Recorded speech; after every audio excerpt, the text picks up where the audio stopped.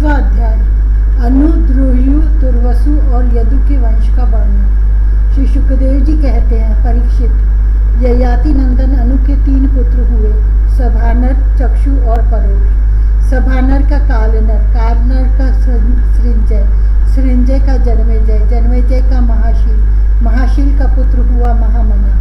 महामना के 2 पुत्र हुए, उशिनर एवं तितिक्षु। उशिनर के 4 पुत्र थे, शिबी, वन, शमी और दक्ष। शिबी के 4 पुत्र हुए, वृषादर्भ, सुवीर, मद्र और केके। उशिनर के भाई तितिक्षु के रुषद्रथ, रुषद्रथ के हेम, हेम के सुतपा और सुतपा के बलि नामक पुत्र हुआ।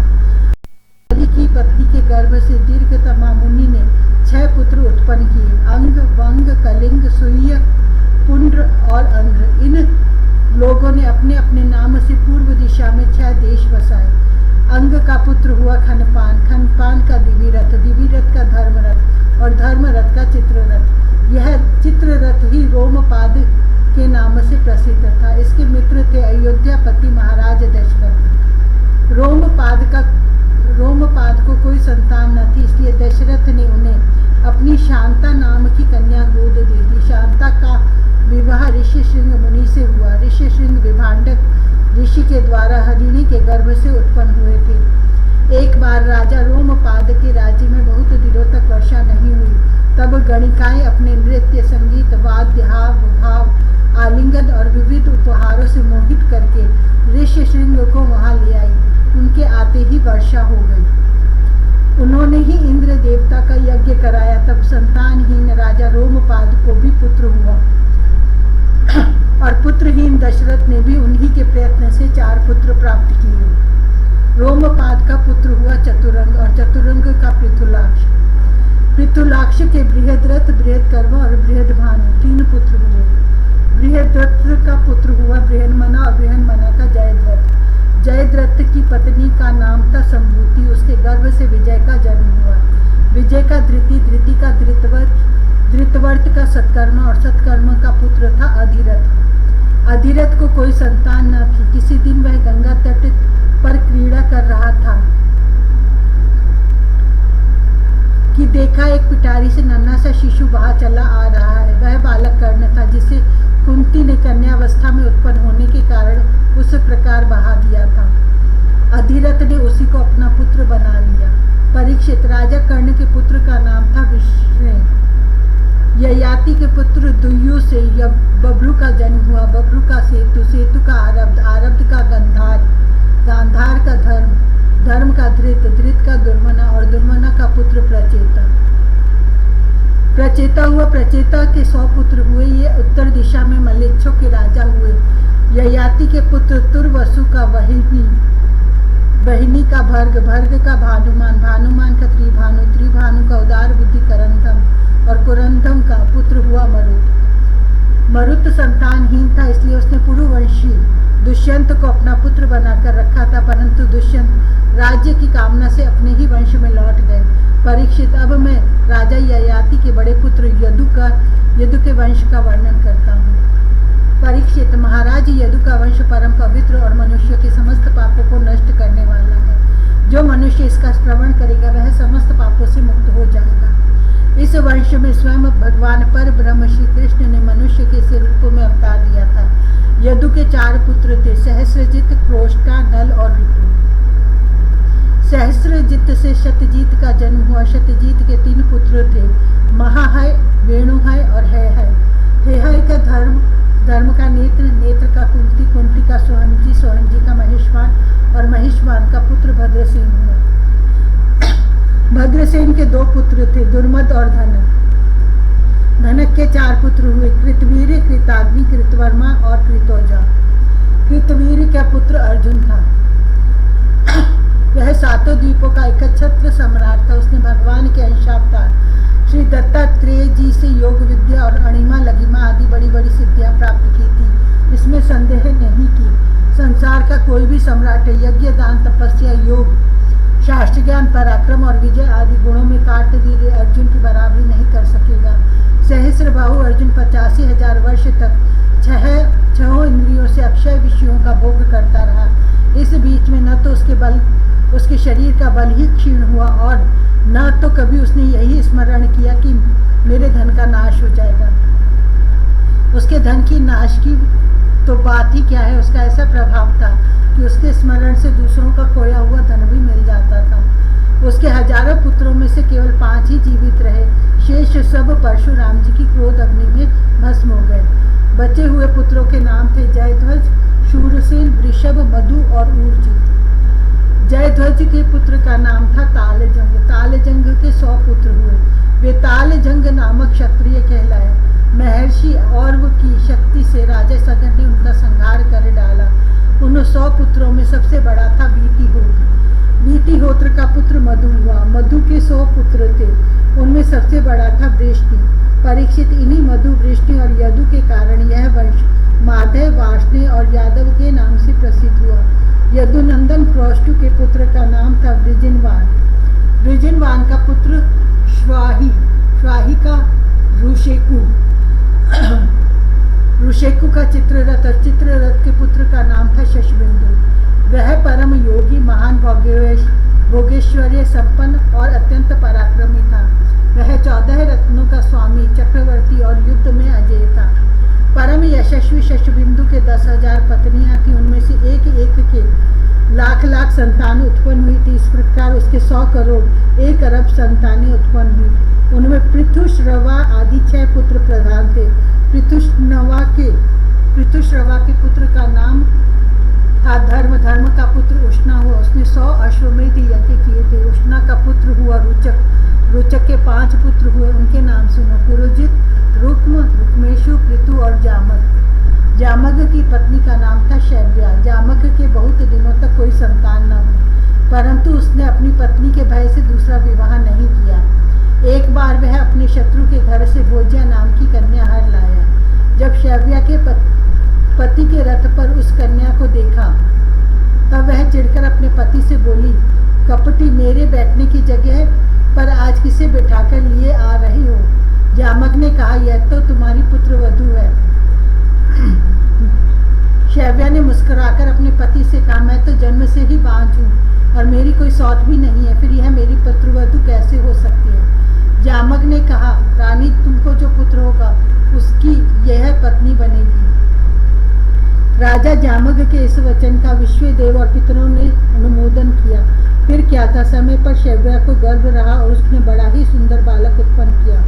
उसका नाम हुआ विदर्भ। उसी ने शैव्या की साध्वी पुत्रवधू भोज्या से विवाह किया।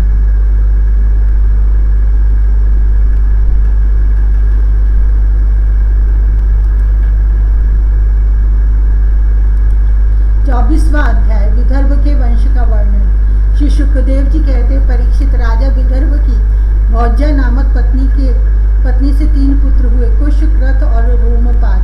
रोमपाद विदर्भ वंश में बहुत ही श्रेष्ठ पुरुष हुए। रोमपाद का पुत्र बब्रू, बब्रू का कृति, कृति का उशिक और उशिक का चेदी। राजन, इसी चेदी के वंश में ही दमघोष एवं शिशुपाल आदि हुए। कृत का पुत्र हुआ कुंती, कुंती का दृष्टि, दृष्टि का निर्वृत्ति, निर्वृत्ति का दशार, दशार का व्योम, व्योम का जीमूत, जीमूत का विकृति, विकृति का भीमरथ, भीमरथ का नवरथ और नवरथ का दशरथ हुआ। दशरथ से शकुनी, शकुनी से करम्भी, करम्भी से देवराज, देवराज से देवक्षत्र, देवक्षत्र से मधु, मधु से कुरुवश और कुरुवश से अनु हुए। अनु से पुरुहोत्र, पुरुहोत्र से आयु और आयु से सात्वत का जन्म हुआ। परीक्षित, सात्वत के 7 पुत्र हुए, भजमान, भजित, दिव्य, वृष्णि, देवावृत, अंधक और महाभोज। भजमान की 2 पत्नियां थीं। एक से 3 पुत्र हुए, निम्नलोची, किंकिन और दृष्टि। दूसरी पत्नी से भी 3 पुत्र हुए, शताजित, सहस्राजित और अयुताजित। देवावृत के पुत्र का नाम था बब्रू। देवावृत और बब्रू के संबंध में यह बात कही जाती है, हमने दूर से जैसा सुन रखा था वैसा ही निकट से देखते भी हैं। बब्रू मनुष्यों में श्रेष्ठ है और देवावृत देवताओं के समान है।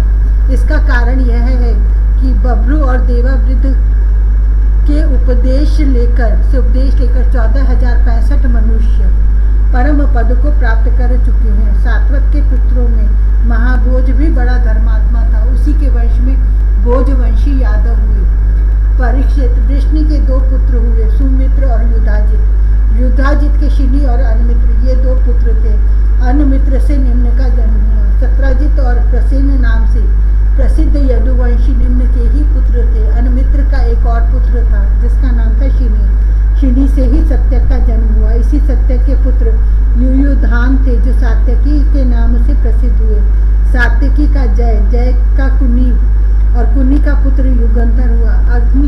अनुमित्र के तीसरे पुत्र का नाम था वृष्णि। वृष्णि के 2 पुत्र हुए, श्वफल्क और चित्ररथ। श्वफल्क की पत्नी का नाम था गांधिनी। उनमें सबसे श्रेष्ठ अक्रूर के अतिरिक्त 12 पुत्र उत्पन्न हुए। आसंग, सारमेय, मृदुर, मृदुविदु, मृदुविद, गिरि, धर्मवृद्ध, सुकर्मा, क्षेत्रोपेक्ष, अरिमर्दन, शत्रुघ्न, गंधमादन और प्रतिबाहु। इनकी एक बहन भी थी जिसका नाम था सुचिरा। अक्रूर के 2 पुत्र थे, देववान और उपदेव। श्वफल्क के भाई चित्ररथ के पृथु, विदुरथ आदि बहुत से पुत्र हुए जो वृष्णि वंशों में श्रेष्ठ माने जाते हैं। सातवत के पुत्र अंधक के 4 पुत्र हुए, कुकुर, भजमान, शुचि और कंबलभर्गी। उनमें कुकुर का पुत्र वहिनी, वहिनी का विलोमा, विलोमा का कपोतरोमा और कपोतरोमा का अनु हुआ। तुम्बरु गंधर्व के साथ अनु की बड़ी मित्रता थी। अनु का पुत्र अंधक, अंधक का दुंदुभि, दुंदुभि का अरिद्योत, अरिद्योत का पुनर्वसु और पुनर्वसु की आहुक नाम का एक पुत्र और आहुकी नामक एक कन्या हुई। आहुक के 2 पुत्र हुए, देवक और उग्रसेन। देवक के 4 पुत्र हुए, देववान, उपदेव, सुदेव और देववर्धन। इनकी 7 बहनें भी थी, धृतदेवा, शांतिदेवा, उपदेवा, श्रीदेवा, देवरक्षिता, सहदेवा और देवकी। वसुदेव जी ने इन सबके साथ विवाह किया था। उग्रसेन के 9 लड़के थे, कंस, सुनामा, निर्ग्रोध, कंक, शंकु, सुहु, राष्ट्रपाल, सृष्टि और तुष्टिमान। उग्रसेन के 5 कन्याएं भी थी, कंसा, कंसवती, कंका, शुरभु और राष्ट्रपालिका। इनका विवाह देवभाग आदि वसुदेव जी के छोटे भाइयों से हुआ था। चित्ररथ के पुत्र विदुरथ से शूर, शूर से भजमान, भजमान से शिनी, शिनी से स्वयंभोज और स्वयंभोज से ऋदिक हुए। ऋदिक से 3 पुत्र हुए, देवबाहु, शतधन्वा और कृतवर्मा। देवमीड़ के पुत्र शूर की पत्नी का नाम था मारीशा। उन्होंने उसके गर्भ से 10 निष्पाप पुत्र उत्पन्न किए। वसुदेव, देवभाग, देवश्रवा, आनक, सृंजय, शामक, कंक, शमीक, वत्सक और वृक। ये सब के सब बड़े पुण्यात्मा थे। वसुदेव जी के जन्म के समय देवताओं के नगारे और नौबत स्वयं ही बजने लगे थे, अतः वह आनक दुंदुभि भी कहलाए। वे ही भगवान श्री कृष्ण के पिता हुए। वसुदेव आदि की 5 बहनें भी थीं, पृथा, कुंती, श्रुतदेवा, श्रुतकीर्ति, श्रुतसवा और राजाधिदेवी। वसुदेव के पिता शूरसेन के एक मित्र थे, कुंतीभोज। कुंतीभोज के कोई संतान न थी, इसलिए शूरसेन ने उन्हें पृथा नाम की अपनी सबसे बड़ी कन्या गोद दे दी। पृथा ने दुर्वासा ऋषि को प्रसन्न करके उनसे देवताओं को बुलाने की विद्या सीख ली। एक दिन उस विद्या के प्रभाव की परीक्षा लेने के लिए पृथा ने परम पवित्र भगवान सूर्य का आह्वान किया। उसी समय भगवान सूर्य वहां आ पहुंचे। उन्हें देखकर कुंती का हृदय विस्मय से भर गया। उसने कहा, भगवान मुझे क्षमा कीजिए, मैंने तो परीक्षा करने के लिए ही इस विद्या का प्रयोग किया था, अब आप पधार सकते हैं। सूर्यदेव ने कहा, देवी मेरा दर्शन निष्फल नहीं हो सकता, इसलिए हे सुंदरी अब मैं तुझसे एक पुत्र उत्पन्न करना चाहता हूँ। हाँ, अवश्य ही तुम्हारी योनि दूषित न हो, इसका उपाय मैं कर दूंगा। यह कहकर भगवान सूर्य ने गर्भ स्थापित कर दिया और उसके बाद वे स्वर्ग चले गए। उसी समय उससे एक बड़ा सुंदर एवं तेजस्वी शिशु उत्पन्न हुआ। वह देखने में दूसरे सूर्य के समान जान पड़ता था। पृथा लोक निंदा से डर गई, इसलिए उसने बड़े दुख से उस बालक को नदी के जल में छोड़ दिया। परीक्षित, उसी पृथा का विवाह तुम्हारे परदादा पांडु से हुआ था, जो वास्तव में बड़े सच्चे वीर थे। परीक्षित, पृथा की छोटी बहन श्रुतदेवा का विवाह करुष देश के अधिपति वृद्ध शर्मा से हुआ था। उसके गर्भ से दंतवक्त्र का जन्म हुआ। यह वही दंतवक्त्र है जो पूर्व जन्म में सनक आदि ऋषियों के शाप से हिरण्याक्ष हुआ था। केकई देश के राजा दृष्टकेतु ने श्रुतकीर्ति से विवाह किया था। उससे संतर्दन आदि 5 केकय राजकुमार हुए। राजादि देवी का विवाह जयसेन से हुआ था। उसके 2 पुत्र हुए, विंद और अनुबिंद। वे दोनों ही अवंती के राजा हुए। चेदिराज दमघोष ने श्रुत श्रवा का पाणी ग्रहण किया। उसका पुत्र था शिशुपाल, जिसका वर्णन मैं पहले 7वें स्कंद में कर चुका हूँ। वसुदेव जी के भाइयों में से देवभाग की पत्नी कंसा के गर्भ से 2 पुत्र हुए, चित्रकेतु और बृहद्वर। देवश्रवा की पत्नी कंसवती से सुवीर और इशुमान नाम के 2 पुत्र हुए। आनक की पत्नी कंका के गर्भ से भी 2 पुत्र हुए, सत्यजीत और पुरुजित। सृंजय ने अपनी पत्नी राष्ट्रपालिका के गर्भ से वृष और दुर्मर्शन आदि कई पुत्र उत्पन्न किए। इस प्रकार शामक ने शूरभु नामक पत्नी से हरिकेश और हिरण्याक्ष नामक 2 पुत्र उत्पन्न किए। मिश्रकेशी अप्सरा के गर्भ से वत्सक के भी वृक आदि कई पुत्र हुए। वृक ने दुर्वाक्षी के गर्भ से तक्ष, पुष्कर और शाल आदि कई पुत्र उत्पन्न किए। शमीक की पत्नी सुदामिनी ने भी सुमित्र और अर्जुन, पाल आदि कई बालक उत्पन्न किए। कंक की पत्नी कर्णिका के गर्भ से 2 पुत्र हुए, ऋत, धाम और जय। आनक दुंदुभि वसुदेव जी की पौरवी, रोहिणी, बद्रा, मदिरा, रोचना, ईला और देवकी आदि बहुत सी पत्नियां थीं। रोहिणी के गर्भ से वसुदेव जी के बलराम, गद, सारण, दुर्मद, विपुल, ध्रुव और कृत आदि पुत्र हुए। पौरवी के गर्भ से उनके 12 पुत्र हुए, भूत, सुभद्र, भद्रवाह, दुर्मद और भद्र आदि। नंद, उपनंद, कृतक, शूर आदि मदिरा के गर्भ से उत्पन्न हुए थे। कौशल्य ने एक ही वंश उजागर पुत्र उत्पन्न किया था। उसका नाम था केशी। उसने रोचना से हस्त और हेमांगद आदि तथा ईला से उरुवुल्क आदि प्रधान यदुवंशी पुत्रों का जन्म दिया। परीक्षित वसुदेव जी के धृत देवा के गर्भ से भी पृष्ठ नाम का एक ही पुत्र हुआ और शांति देवा से श्रम और प्रतिश्रुत आदि कई पुत्र हुए। उपदेवा के पुत्र कल्पवृक्ष आदि 10 राजा हुए और श्री देवा के वसु, हंस, सुवंश आदि 6 पुत्र हुए। देवरक्षिता के गर्भ से गद आदि 9 पुत्र हुए तथा जैसे स्वयं धर्म ने 8 वसुओं को उत्पन्न किया था, वैसे ही वसुदेव जी ने सहदेवा के गर्भ से पुरु, विश्रुत आदि 8 पुत्र उत्पन्न किए। परम उदार वसुदेव जी